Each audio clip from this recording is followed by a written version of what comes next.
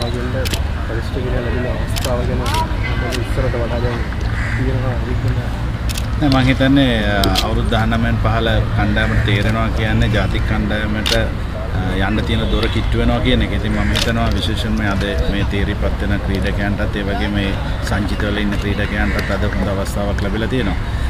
මට මතකයි අපි අවුරුදු 19න් පහළ ක්‍රීඩා කරනකොටත් 1979 අපි එංගලන්ත සංචාරයක ගියා. ඒ සංචාරයේදී තමයි අපි ඒ සංචාරයේ ගිය මට මතක හැටියට 10 දෙනෙක් විතර ජාතික කණ්ඩායම නියෝජනය කරා. ඉතින් ඒක හොඳ අත්වලක් වුණා. මම හිතනවා මේ ක්‍රීඩකයන්ටත් එසේම වෙනවා.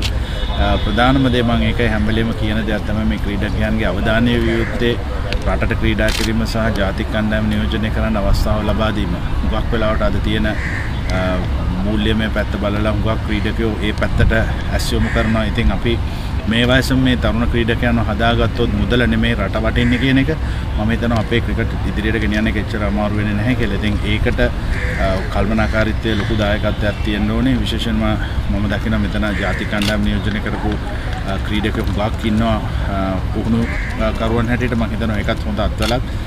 ඒ වගේම තමයි මම ඕස්ට්‍රේලියානු කණ්ඩායම දිහා බලපුවම ග්‍රෙග් චැපල් වැනි මහත්මයෙක් තමයි කල්පනාකාරීත්වය දාන්නේ. ඉතින් මම හිතනවා මේව තමයි ක්‍රිකට් වල සිදුවෙ යුත්තේ ප්‍රවීණයන් ඇවිල්ලා තරුණ අයව හරි මාර්ගයේ ගැනීම තමයි වැදගත් වෙන්නේ. ඉතින් මම හිතනවා මේ ක්‍රීඩකයන්ගේ ඊළඟ අඩිතාලම් විය යුත්තේ ජාතික කණ්ඩායමට යන්න. ඉතින් මම හිතනවා ඒක එසේ සිදු වෙයි කියලා. ඒ වගේම මේ ක්‍රීඩකයෝ වැඩි ප්‍රමාණයක් ජාතික කණ්ඩායමට තේරීපත් වීම තමයි ඉදිරි අවුරුදු 5 ඇතුළත අපි සියලු දෙනාගේම ප්‍රාර්ථනා විය යුත්තේ.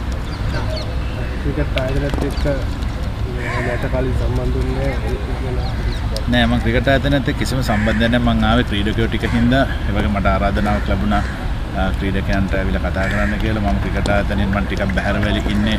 සමහර දේවල් මම අකමැති නිසා. නමුත් ක්‍රිකට් වලට මගේ අකමැත්තක් නෑ. මට ලංකාවේ ක්‍රිකට් කියන එක මගේ ජීවිතේට වඩා වටින දෙයක්. ඒ වෙනුවෙන් මට කරන්න පුළුවන් හැමදේම කරනවා. මොකද මට ප්‍රධානම වෙලා තියෙන්නේ මේ රටේ ක්‍රිකට් අපි ලෝක කුසලානයක් දිනාගත්තා. තව ඒ වගේ ලෝක කුසලානයක් දිනා ගන්න අපිට අමාරු නෑ. අපි හරි විදිහට පරිපාලනය සහ ක්‍රීඩාව හරි විදිහට යොමු කරොත් ඉතින් ඒකට පුළුවන් දායකත්වයේ කොහේ හිටියත් අපි ලබා දෙනවා. So your thoughts on the under-19? You played in the under-19 and now coming back and handing over the caps to the national players of under-19. Doesn't it go back to your memory at how you first entered under-19? I think it's a very important tour for all these young cricketers. I can remember I toured to England with Michael Tissera as a manager. I think he advised us and he put us on the right track when we were 17, 16-year-old kids.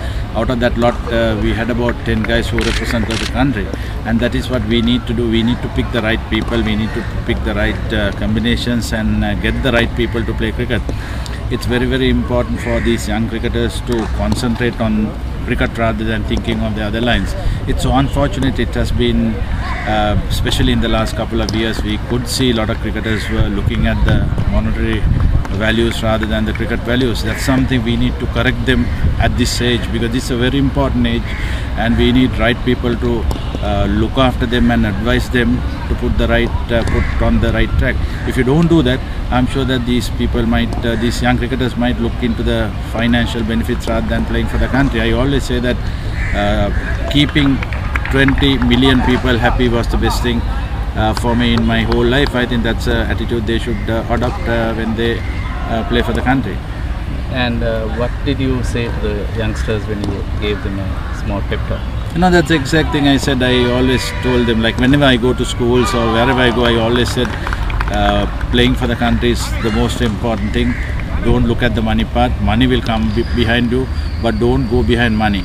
And it's very, very important for us to get them right, because these are kids come from sometimes villages. These kids are come from different families, so we need to put them on the right track, give them the values and get cricket onto the right track. I think that's the exact thing I told them. I'm sure these kids have been playing really well and they are good enough to got qualified to play for the country. I'm sure that they will end up playing for the country one day.